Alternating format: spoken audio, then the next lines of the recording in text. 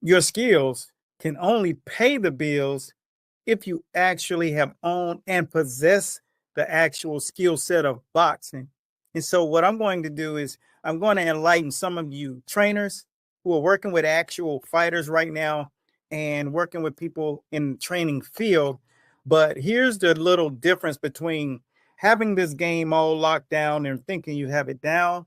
And I don't want you guys to be out there guessing. And some of you who got experience, you're overworking. So today I'm going to read to you exactly what you will benefit from with learning how to operate your training game when you're teaching boxing. And even if you're in a fitness atmosphere, this is going to be great for you because I'm going to read to you directly out of our 52-week skills training guide. And one of the first things I'm going to do is take you behind the scenes in one of the chapters of our Peekaboo skill set development program. And what that teaches you to do is even when you're working with an athlete who lacks the actual ability to close the gap on a much longer fighter, this is exactly one of the drills that you do with his feet that will help you implement that gap closing strategy. And we've all been there. I remember really back in the day, and there was this kid.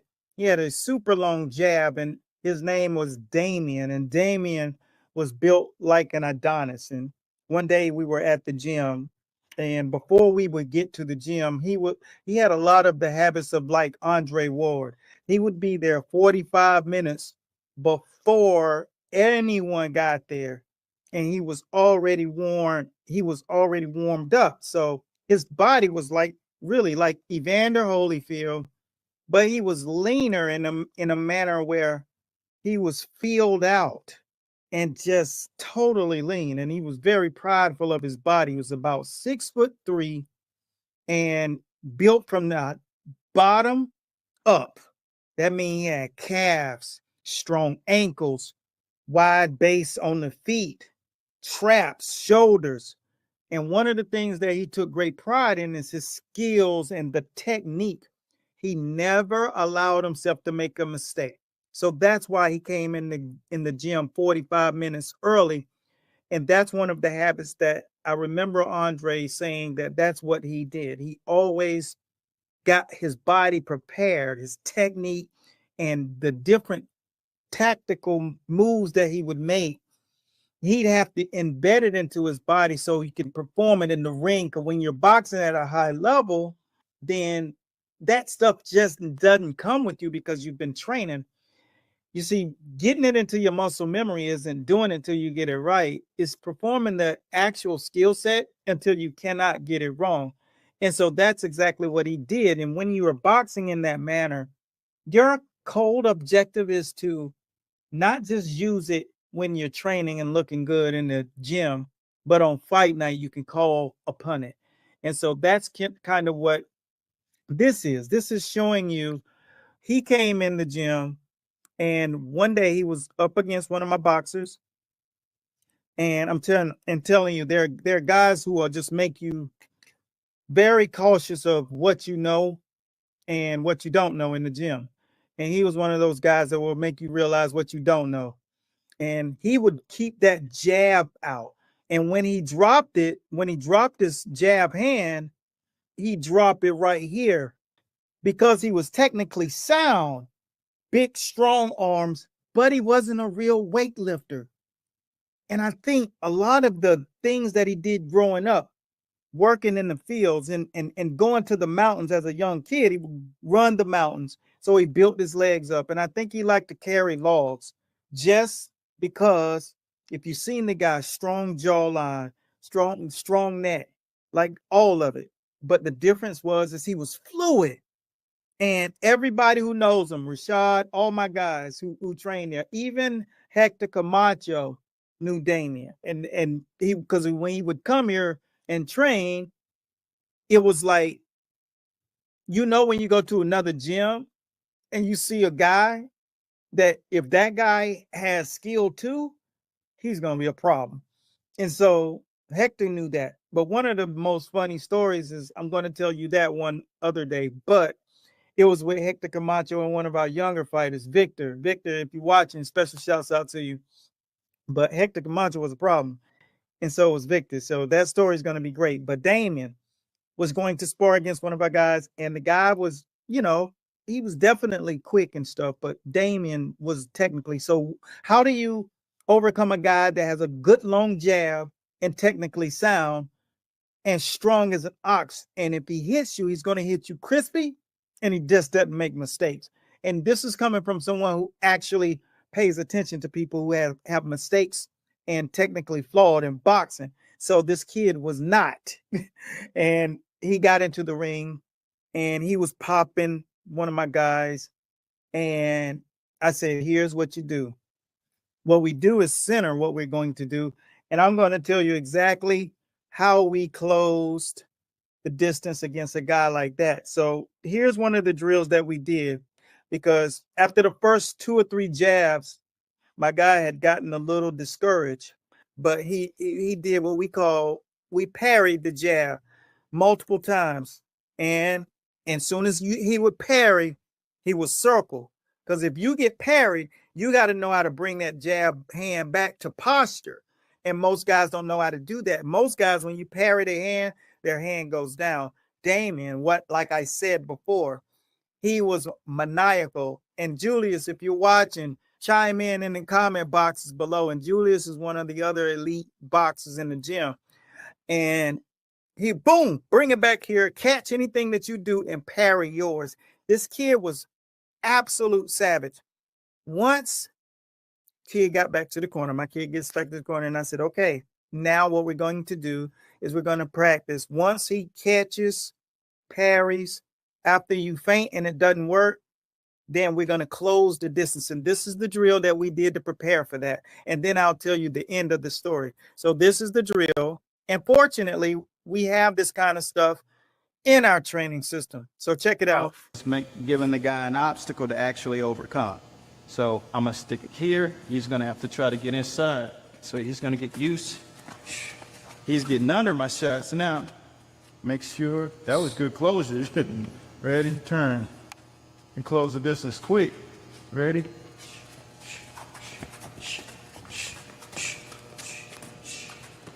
Sweet. Boy, you can see if you just got a jab, if you're a long fighter and your jab sticks out there, you can get right up under it. His objective is to press the entire time. So you can jab, double jab, whatever you do, you better have a right hand, left hook, and an uppercut to stop that. Peekaboo style is absolutely vicious. Same thing, press me down.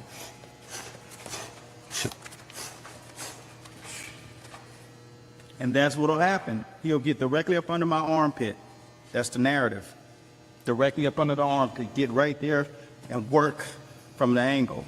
The next one, our objective is to watch the feet, and they'll press, closing the distance twice as fast, 3 times as fast as the average press. Ready? Go. Oh, You find the defense to stop that. And I'm hiring you. Ready? So, these drills are drills that you can get going with. And the next drills will be more of the offensive drills. We're going to show you how to work the bag, and enjoy this segment coming up. Peace. Boom. And thanks again for you guys taking the time. That drill came directly out of this book. And now I'm going to tell you exactly what we did with with Damien right now. But this is the Peekaboo guide that we develop our fighters in. Because when you're in a place where the elite level fighters, these are all the chapters and these are all the drills that were in this program, right? And you can see page after page, there are just so many things that you learn. And we were able to get back into round 2. So round 2, I said, now let's do the press.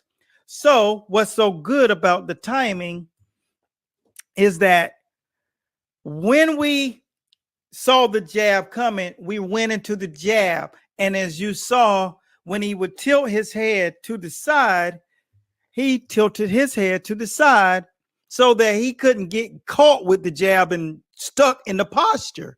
So we double step, double step, double step. 3 times we were inside, boom, boom, boom, boom, boom.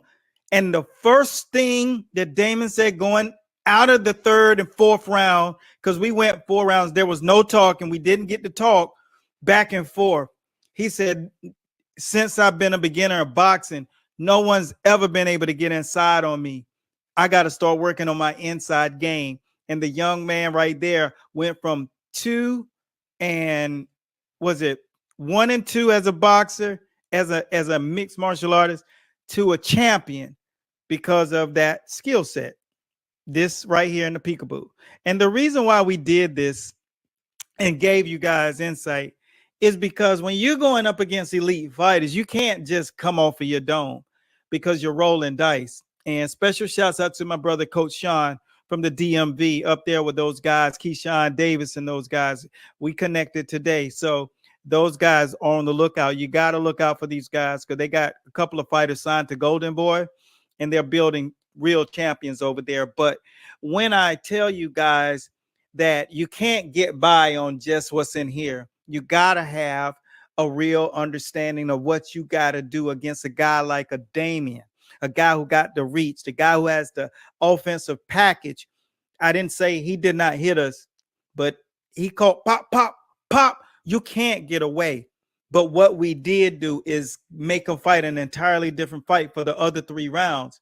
And he had to go back and go back to the drawing board because no one else could get inside. No one else could box him until they got to the place where they're in the B zone. And once you get in the B zone with a guy like that, you got to know something to do that because he's such an offensive. He has such an offensive prowess. He understands posturing, positioning, and everything else inside of that boxing ring. That's what happens when you start fighting against guys that got metal, that got pedigree, that really take it seriously. And I'm going to tell you, if you're not in there training, the guy has to tell you to train. If the coach has to tell you to run, it's the coach. If your trainer has to tell you to eat right, this ain't the right career for you to be a world-class fighter. Because see, the people who make it the world class and stay there, not because of their management made moves and got them there. I'm talking about guys who get there and stay there like Andre Ward, guys who are really about that life. The people who really do it for real, like Roy. You ain't have to tell those guys to go run. So that's what you're up against. You didn't have to tell Floyd to go run. Sugar Ray Robinson, his coach didn't tell him, hey, man, you got to go run today. Archie Moore, you didn't tell him he got to go run. If you're a person that got to be told to go run and eat right and live clean, you're not a real top level boxer, but you can make it, in the sport as an opponent when you start fighting these kind of guys. But you will never make it at the elitist of levels of boxing. Let me see. Yeah, Davis is from Norfolk. Yep. Oh, AKP. What's up, man? That's what's up. Hey, I want you to come to the page, bro. You from the DMV? That's what's up. KP. Yeah, you definitely. Yeah. His brother, Kevin. You know all the boys up there. So, yeah, I want to holler at you. But the reality, man, is you guys got to realize, and especially when you go up there and bump at body headbangers, boy, you talking about smoke. Coach Barry Hunter, he runs with my uncle. Cuz I know what go down in there. You know what I'm saying? Like, it's not where you go if you playing boxing. And this is where we're sharing. This is where reading out of this skills guide. Once you learn how to do that progressive forward movement, then this is where you go. This is what we call the Ray Robinsons. This is where you learn how to tilt your head off the line while you're moving forward. Because Sugar Ray Robinson was a killer moving forward. He called it progressive attack. So it's a progressive attack. And then when you start coming back offensively, he does the same retreat. So if you don't do anything, you get into this side of this guide and you really learn that this is a whole circuit of just those drills alone. So when you're having trouble, trainers, when you're working with your athletes and you're really having a lot of trouble really getting it into, and you want to show him how to do it in a way that he could receive it, then this is how you go about doing it. This is called the 52 weeks skills training guide. This eliminates that. All of these guys that are taking part in that training system right there, they had no idea what they were getting into, but all of them in the school, you can go and watch our school, right? We took that thing from zero. It's over 180 trainers in there now, people who are training and using that. And all we do is build it up. So special shouts out to all of you guys. So our gift was to show you how that looks. And now I'm going to show you one other drill that you will learn when you start getting into the third quarter of this skill drill. And this is what you do inside of the ring. So this is what we did when we took the second trip up to Baltimore. And one of my fighters, and he did such a great job. We call him Beast, and AKA Brad fought, and he learned this. So this is why I'm going to show you how you use your arm posture, because Coach Soul's son had just won the PAL tournament, came back, he was on his confidence. And then the other kid was a silver medalist, and he was on the wall when we got there. So I knew that he was going to try to get us in the ring with him. So we sparred one guy first, and then the second guy came in on us, the silver medalist. And I ain't talking about silver medal in the Olympics. I'm talking about in the silver gloves, like he won, like the guy had a trophy case of medals. So I knew that they were going to test our pedigree. Lo and behold, the kid that was with me had only been boxing with me for less than 2 weeks. And here I am. I got him up here in the belly of the beast. So KP, you know what it is in Baltimore. So we had him up in Baltimore, Whitelock Road, 395 North. Holla at your boy KP. So we in there bumping at Body Head. I mean at Next Level Gym. And we was in there putting in the work. So the kid, you know, Coach O, like, I don't remember the kid name. He gets in the ring, and I was like, yo, I was nervous for my kid. But guess what? Here's the skills that we took up here. We worked on this before we went because I knew that those guys were going to stack on us, right? And stacking is when you spar 3 or 4 different guys in your one entrance into the ring before you ever get out. And that's what you do to prepare for champions. But these guys had never even been at that level before. And here we go. Lo and behold, we in there against killers. And so this is what I'm trying to educate you guys on. This is what it looks like when you're posturing, all right? Because when it's all said and done, all of these styles are just posture. So check it out. This is in the ring. This is about a 30-second drill. So be patient and let me know exactly where is it that you're watching from.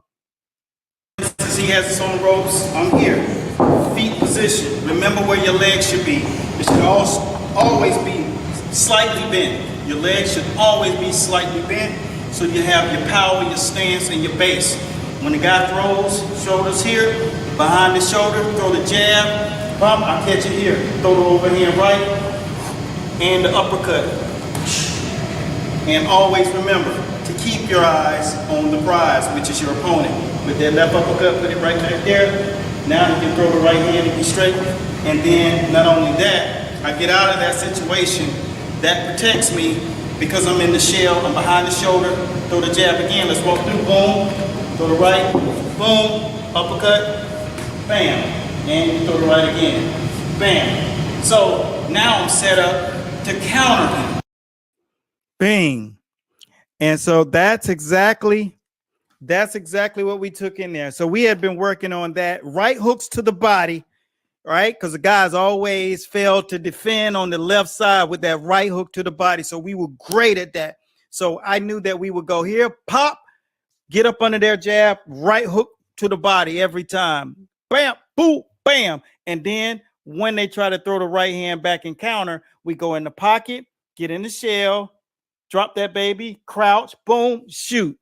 And all three of those sequences was what we run over and over and over again. Then when they start to figure that one out, what we did is we started back from jab, hook to the body, boom, hook off the jab, bam, slide, turn him, wipe his nose with the left hook, right?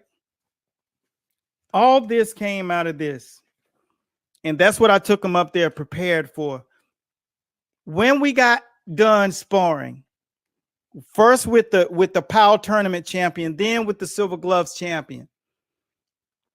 Once we got done, the kid, the first thing that he said, Coach Soul picks up the phone, and KP, if you know what it is, when I say White Lock Road, you know what I'm talking about.